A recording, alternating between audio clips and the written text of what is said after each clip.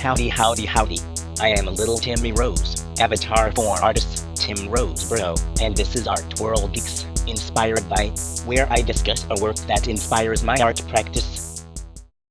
In this episode, we'll look at the 2008 installation, Beyond What is Designated as the Pale, by the artist Lawrence Weiner. Weiner was born in the Bronx, New York, United States, in 1942.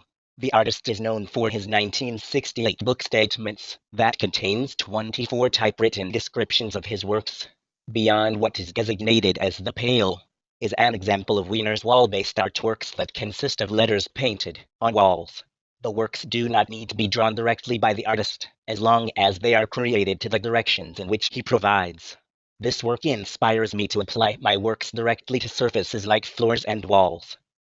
Until next time, I'm Little Timmy Rose, avatar for artist, Tim Rose Bro. Subscribe to my YouTube channel, and follow me on social media and the web at Art World Geek.